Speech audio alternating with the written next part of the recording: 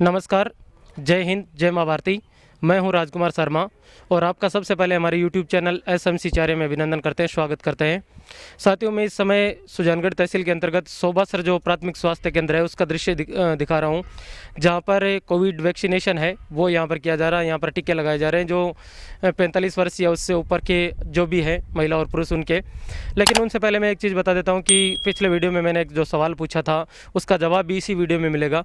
और दूसरी जानकारी के लिए मैं आपको ये बता देता हूँ कि इसी वीडियो से आज एक सवाल पूछा जाएगा और जो सही जवाब आएंगे उनके अगले वीडियो में उनके जवाब दिए जाएंगे। और कल जो मैंने गौशाला वाले वीडियो में पूछा था उसका जवाब आज ही दिया जाएगा। और आप सभी से निवेदन है कि आप बहुत अच्छे जो डॉक्टर साहब हैं उनसे भी हम बातचीत करने का प्रयास करेंगे और किस प्रकार से यहाँ पर व्यवस्थाएं की जा रही है और लोगों से ओपिनियन भी जानते हैं। आइए इस पूरे कार्यक्रम का अवलोकन करते हैं। ये सोबासर जो प्राथमिक स्वास्थ्य सेंटर है उसके दृश्य लगातार हम आपको शेयर करवा रहे हैं। यहाँ पर 45 वर्ष या उससे उम्र के जितने भी लोग हैं उन सभी का यहाँ पर कोविड का वैक्सीनेशन किया जा रहा है और टीका लगाने के बाद यहाँ पर बिठाया जा रहा है। पूरी एंट्रीज है वो यहाँ पर हर तरीके से की जा रही है। देखते हैं पूरे कार्यक्रम को हर तरीके से किस प्रकार से यहाँ पर पूरा प्रशासन है वो सारे लोग लगे हुए हैं, हर चीज़ का यहाँ पर मुआयना करने की कोशिश करते हैं। और हम आपको बता दें कि कोरोना जिस प्रकार से लोगों में भय है, जिस प्रकार से डर है, ऐसा नहीं होना चाहिए। डॉक्टर साहब जो मिल साहब उनसे भी हम बात करेंगे कि वो अपनी ओपिनियन क्या देते हैं, किस प्रकार से है। हम लगातार जो स्वास्थ्य केंद्र है सोबासर उसका दृश्य वो लगातार दिखा रहे हैं। मैम, आपके टीका लग चुका है? हाँ जी। तो टीका लगने के बाद आपके मन में कुछ सस्पेंस हुआ है या बिल्कुल आप एकदम आराम महसूस कर रहे हैं? ना, कुछ नहीं हुआ है। टीका लगने के बाद। आपका ये पहला टीका ही है, इससे पहले भी लगा चुके हैं? नहीं, सेकंड डोज है। तो आपकी दूसरी डोज है पहले वाली डोज में और दोनों डोज बिल्कुल लगा चुके? हाँ, दोनों लगा चुके हैं। तो आपके किसी प्रकार की कोई जैसे वॉमिटिंग होना या उस प्रकार से मन में कुछ? कुछ नहीं हुआ है, कुछ नहीं हुआ है। बिल्कुल, लोगों की राय यही है कि उसके मन में किसी तरह की कोई दिक्कत नहीं है। लगातार भारत सरकार है, राजस्थान सरकार है, वो टीकाकरण करवा रही है और सभी से यही कहना है कि आपको 45 या उसके ऊपर से है तो वो ज़रूर जहाँ पर भी सूचना मिलती है तो टीका ज़रूर लगाए। और कुछ ही दिनों बाद में जो 18 या उससे ऊपर के होंगे उनके भी टीका लगाने का भारत सरकार, राजस्थान सरकार का प्रयास चल रहा है। ये सोबासर है उसका जो स्वास्थ्य केंद्र है उसका दृश्य दिखा रहे हैं और देखिए ये पूरी प्रोटोकॉल के तहत, पूरी सुरक्षा के तहत यहाँ पर टीकाकरण किया जा रहा है। बिल्कुल बीच में शीशा लगा हुआ है और उसके बाहर जिस प्रकार से कोविड-19 के जो रूल फॉलो है, जितनी दूरी रखोगे उतनी। और ऐसा आसपास के ग्रामीण क्षेत्र में ये सोबासर ऐसा सेंटर है जहाँ पर इस रूल को फॉलो किया जा रहा है। सबसे पहले आप आते हैं तो आपका यहाँ पर रजिस्ट्रेशन किया जाता है, उसके बाद आपके आधार नंबर है वो लिखाए जाते हैं और उसके बाद में मोबाइल नंबर से ही टीका लगाया जाता है। ये जो सोबासर स्वास्थ्य केंद्र है उसका दृश्य दिखा रहे हैं। देखिए यहाँ पर सबसे पहले कोई भी वैक्सीनेशन करवाने के लिए आता है, कोविड का टीका लगवाने के लिए आता है तो सबसे पहले उनका यहाँ पर नाम दर्ज किया जाता है। उसके बाद यहाँ पर उसकी उम्र है वो दर्ज की जा रही है। उसके बाद यहाँ पर मोबाइल नंबर है वो दर्ज किए जा रहे हैं और पूरा ऑनलाइन सिस्टम है वो यहाँ से किया जा रहा है कि कौन से व्यक्ति की उम्र कितनी है, कौन से व्यक्ति की किस प्रकार से। सर, मैं सबसे पहले आपका नाम जानना चाहूँगा। मिस्टर लक्ष्मी नारायण प्रजापति। प्रजापत साहब, आप चीज़ बताएं मुझे कि आप क्या क्या एंट्री करते हैं यहाँ पर? यहाँ पर पहले सबसे पहले पेशेंट का टीका लगवाने के लिए मोबाइल नंबर के बाद में आधार नंबर और आधार नंबर लेते हैं। आधार नंबर से वेरिफिकेशन करते हैं। तो वेरिफिकेशन करने के बाद मोबाइल नंबर पर अगले मैसेज जाता है सीधा? हाँ, सीधा मैसेज आता है। तो इसका मतलब है जो टीकाकरण किया जा रहा है वो सीधा ऑनलाइन है? हाँ, ऑनलाइन है। बिल्कुल, इन्होंने बताया कि यहाँ पर सबसे पहले मोबाइल नंबर है वो दर्ज किया जाता है, उसके बाद आधार नंबर दर्ज किया जाता है और आपने कौन सी डोज लगवाई है उसका आपके मोबाइल नंबर पर सीधा मैसेज जाता है। बहुत अच्छी योजना है। आप किसी प्रकार से डर नहीं रखें, हम डॉक्टर साहब से बातचीत भी करेंगे। आप बेफिक्र होकर, बेझिझक होकर टीकाकरण जरूर करवाएं। ये वेटिंग हॉल है जहाँ पर सभी तरह के जो लोग हैं जिनकी उम्र 45 या उससे ऊपर है सभी को यहाँ पर वेटिंग हॉल है उसमें बिठाया जाता है, अपनी बारी की प्रतीक्षा की जाती है। कई यहाँ पर ऐसे आए हुए हैं जो दूसरी डोज है वो अपनी लगवाने के लिए आए हुए हैं, कईयों ने जो पहली डोज है वो लगा ली है। 45 या उससे ऊपर के जितने भी लोग हैं उनका अभी जो राजस्थान सरकार है, भारत सरकार है, उसकी तरफ से वैक्सीनेशन किया जा रहा है कोविड-19 के तहत है। और प्लान ये चल रहा है कि आने वाली 18 मई के बाद में अगर सब कुछ सही रहा कंडीशंस के हिसाब से तो आने वाली जो 18 मई होगी उसके बाद में 18 या उससे ऊपर के जो लोग हैं उनके भी यहाँ पर वैक्सीनेशन किया जाएगा। और ये देखिए दूसरी तरफ यदि नज़र डालते हैं तो सोबासर का जो स्वास्थ्य केंद्र है वो किसी बड़े हॉस्पिटल से कम नहीं है। प्राथमिक जो स्वास्थ्य केंद्र है, मुख्यमंत्री निःशुल्क योजना है, उसके तहत यहाँ पर काउंटर भी बनाए गए हैं, पूरा सिस्टम लगाया गया है यहाँ पर। बहुत अच्छा यहाँ पर जो ये केंद्र है, स्वास्थ्य केंद्र, वो आपको नजर आएगा। आप सोबासर या उसके आसपास से बिलोंग करते हैं, अच्छे डॉक्टर्स की सेवाएं भी यहाँ पर उपलब्ध रहती है, और एक ग्राम पंचायत के होने के नाते यहाँ पर बहुत अच्छी फैसिलिटीज़ है वो लोग यहाँ पर प्रदान करवाते हैं। और लगभग इसका शायद 2 साल पहले ओपनिंग की गई थी, 2 साल पहले यहाँ पर शुरुआत की गई थी। आइए आगे का कार्यक्रम देखते हैं। हम जो सोबासर प्राथमिक स्वास्थ्य केंद्र है वहाँ पर मौजूद है, और वहाँ के जो डॉक्टर हैं श्रीमान सुनील कुमार जी मील, उनसे हमें दूसरी बार मिलने का मौका मिल रहा है। उन्होंने चार्य में भी अपनी स्टेटमेंट है, चार्य में भी अपनी बात है वो रखी है, और उनसे आज विस्तृत चर्चा करेंगे। सर, सबसे पहले आपका बहुत बहुत अभिनंदन करते हैं, बहुत बहुत स्वागत करते हैं। आप एक बात बताएं, जो कोविड-19 है वो क्या है और किस प्रकार से लोगों के स्वास्थ्य पर असर डाल रहा है? सबसे पहले मैं आपको धन्यवाद देता हूं कि आप इतना जागरूकता का काम कर रहे हैं लोगों में। इस मीडिया के थ्रू जो जागरूकता आती है वो आप बहुत बढ़ चढ़ के काम कर रहे हैं, इसके लिए आपको बहुत बहुत धन्यवाद। कोविड की बात करें तो लोग भयावह ज़्यादा हो रखे हैं। आज जैसे वैक्सीनेशन में जितना हमें लग रहा था कि जितनी वैक्सीनेशन होना चाहिए उतना हो नहीं रहा है, यह हमारे लिए एक निराशाजनक है, क्योंकि जितना लोग वैक्सीनेशन करेंगे उतना बेनिफिट लोगों को है। वैक्सीनेशन के लिए मैं निवेदन करना चाहता हूं कि ज़्यादा से ज़्यादा आइए। लोगों के मन में डर है कि हॉस्पिटल जाते ही कोरोना पॉजिटिव हो जाएंगे, ऐसा कुछ नहीं है। मैं यहाँ पे 24 घंटे रहते हैं, हम पूरा स्टाफ यहाँ पे रहता है। आपने हॉस्पिटल का अभी देख लेना, हॉस्पिटल में कितने प्रोटेक्शन से हम वैक्सीनेशन की जो गाइडलाइन है उसके अकॉर्डिंग टीकाकरण हो रहा है। मैं लोगों से पुनः निवेदन करना चाहता हूँ, ज़्यादा से ज़्यादा टीकाकरण कराओ और अपने बचाओ। कोविड के बारे में मैं बताना चाहता हूँ, ये 3 तरह से है, माइल्ड, मॉडरेट और सीवियर कंडीशन होती है इसकी। माइल्ड में क्या होता है, नॉर्मल फीवर आता है और अपने शॉर्ट थ्रोट होता है, शॉर्ट थ्रोट, गले में खराश आएगा, ठीक है। और मॉडरेट में क्या होता है, अपनी एसपी सेचुरेशन, ऑक्सीजन सेचुरेशन 93 से बिलो चली जाती है, ऑक्सीमीटर से अपन जो देखते हैं।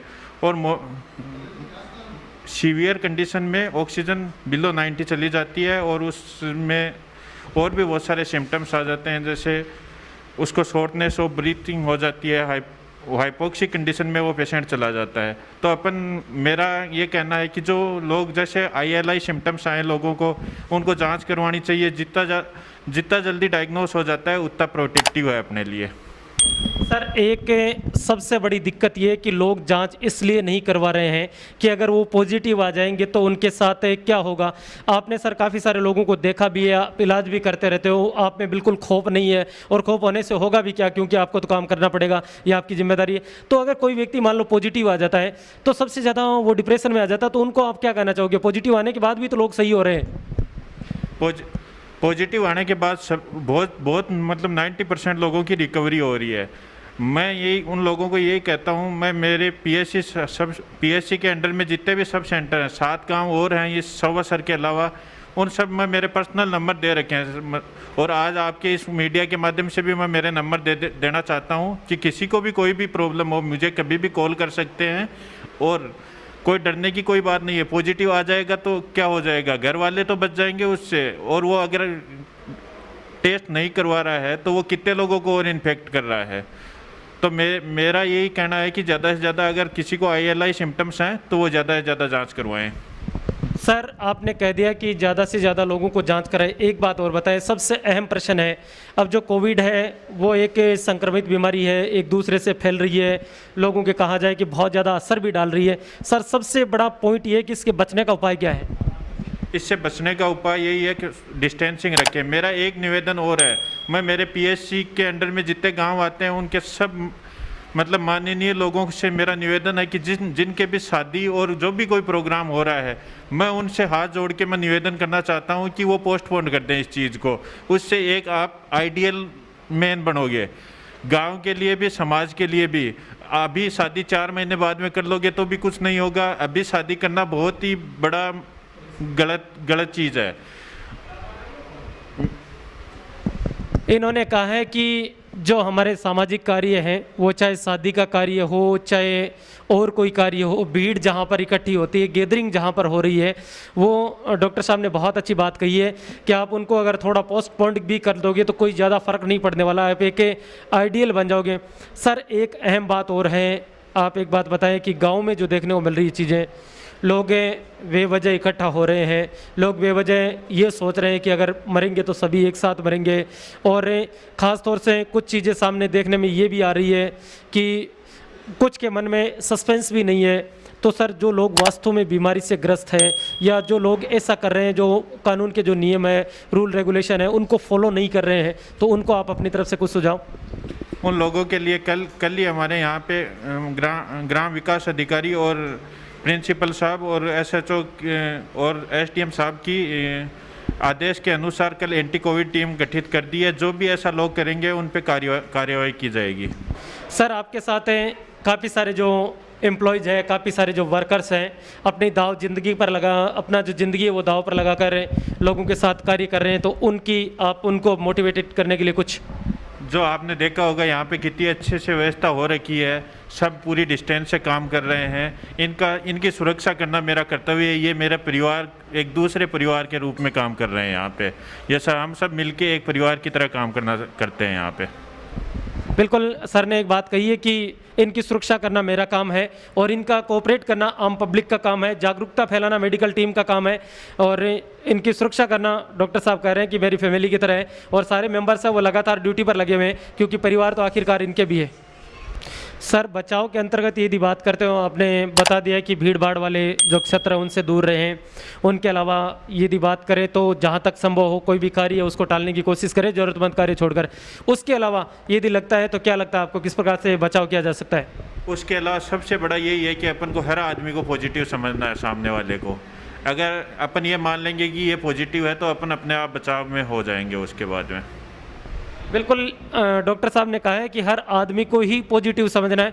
वैसे पॉजिटिव शब्द जब कोविड-19 नहीं आया था उनसे पहले बड़ा काम का शब्द था। पॉजिटिव का मतलब होता है हमेशा सकारात्मक सोचना, लेकिन अब आपकी ज़िंदगी में यदि आप जांच करवाते हैं तो साथियों जो आपकी रिपोर्ट है वो नेगेटिव आनी बहुत ज़रूरी है, क्योंकि सुरक्षा आपके स्वास्थ्य की सबसे पहली ज़रूरत है, और यही है कि जितना संभव हो दूरी बना कर रखें। आपने एक कोविड-19 ने जागरूक कमेटी बनाई, एक संगठन के रूप में आपने एक जागरूकता का संगठन दिया है, तो उसके माध्यम से वो लोग क्या करेंगे और किस प्रकार की है वो लोग जहाँ भी ये गैदरिंग हो रही है उनका ध्यान रखेंगे, और जहाँ ज़्यादा गैदरिंग होगी तो वो उनको समझाने का काम करेंगे। अगर वो फिर भी नहीं मानते हैं तो उनको कार्रवाई के लिए वो हैंड फ्री हैं। सर एक आखिरी प्रश्न मेरा आपसे, जो लोग कोविड-19 है उसका टीकाकरण करवाने से डर रहे हैं, उसकी जांच करवाने से भी मन में सस्पेंस है कि अगर हम पॉजिटिव आ गए तो पता नहीं है क्या होगा, तो उनको कुछ कहना चाहोगे कि वो बेफिक्र होकर जांच कराएं, बेफिक्र होकर टीकाकरण करवाएं? पॉजिटिव आ जाएंगे तो क्या हो जाएगा, पॉजिटिव आ भी गए तो वो घर वालों को तो बचा लेंगे अपने आप में। दूसरी बात, आज भी अपने यहाँ पे PSC के अंडर में आज की डेट में 4 पॉजिटिव लोग आए हैं। सबको होम आइसोलेट कर दिया गया है, उनको सुनिश्चित मेडिसिन दी गई है, उन पे बाई कॉल सुबह मॉर्निंग और इवनिंग में डेली बातचीत करते हैं, और हमारी मेडिकल की टीम टाइम टू टाइम उनके वहाँ जाके चेकअप भी करती है। बिल्कुल इन्होंने कहा है कि हमारी जो PHC है उसके अंदर भी आज 4 लोग हैं वो पॉजिटिव है, और लगातार डॉक्टर्स की टीम अपनी जान है वो जोखिम में डालकर आपके लिए कार्य कर रहे हैं। और ये सत्य है, चाहे डॉक्टर्स की टीम है, चाहे पुलिस प्रशासन है, चाहे मीडिया कर्मी है, या जो आपको मेडिकल से जुड़े हुए लोग हैं वो आपको फैसिलिटी उपलब्ध करा रहे हैं, तो उनकी भी खुद के फैमिली है, उनका भी परिवार है। तो आपसे ये निवेदन है कि जहाँ तक संभव हो आप भीड़ भाड़ वाले स्थान हैं उनसे दूर रहने की कोशिश कीजिए। सरकारी जो गाइडलाइन है, हमें पता है दिक्कतों का सामना लोगों को करना पड़ रहा है, लोगों को अपनी आजीविका है वो भी उनसे भी दूर होना पड़ रहा है, लेकिन कर भी क्या सकते हैं। कहते हैं जान है तो जान है, और बहुत अच्छी इन्होंने अपने विचार है वो शेयर किए हैं। उनका यही कहना है, और इनके पर्सनल नंबर है वो मैं डिस्क्रिप्शन में डाल रहा हूँ और स्क्रीन पर भी डाल रहा हूँ। अगर आपको किसी तरह की दिक्कत हो तो सोबासर PHC के अंतर्गत जितने भी गांव आते हैं, 7 गांव, सर एक बार मैं जानना चाहूँगा वो 7 गांव हैं उनकी थोड़ी टेली करवा दीजिए, आपके अंतर्गत जो गांव आते हैं उनका। मेरे सोबासर PHC के अंडर कोलासर, लालपुरा, बांगेवाद, चारिया, मुड्डाकिया और गुड्डावड़ी और सोबासर खुद, डाणी गोविंदपुरा।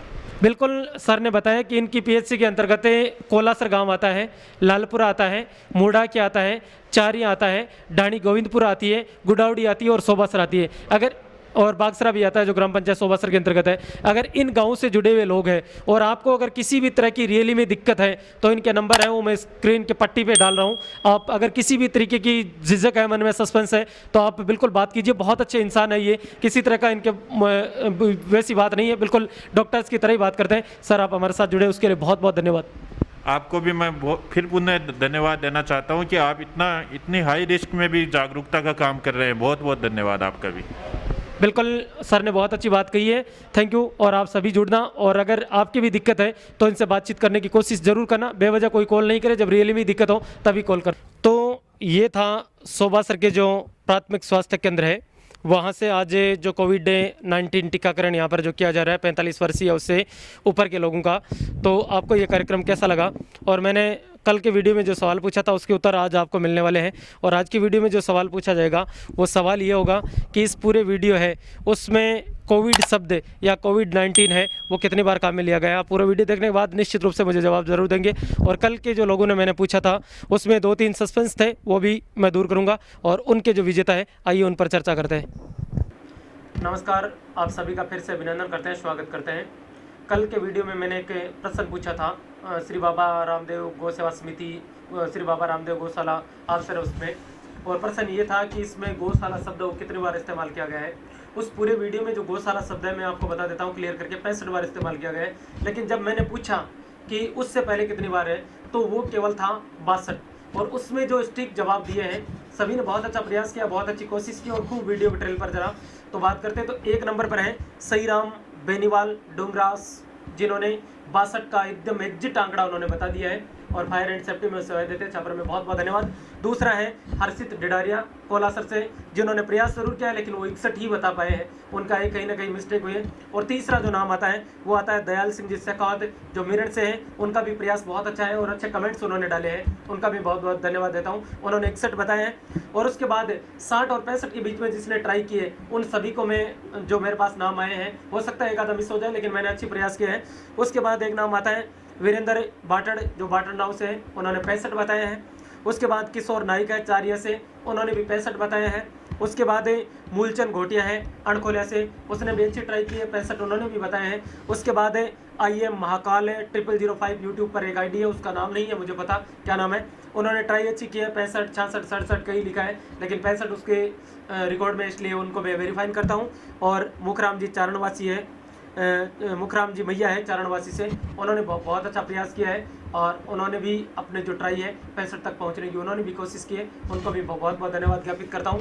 इसको अन्यथा ना ले, आपका जो प्रयास था वो बहुत अच्छा था। आप सब्सक्राइब जरूर करें, ज़्यादा से ज़्यादा लोगों तक शेयर करते रहें, क्योंकि लॉकडाउन में यही बचा है आप लोगों का सहयोग, आप लोगों का जो कोऑपरेट है वो हमेशा मिलता रहे। आप सभी विजेताओं को बहुत बहुत धन्यवाद। फिर से ट्राई कीजिए, हो सकता है आने वाले लकी 3 लकी विनर आप ही हो।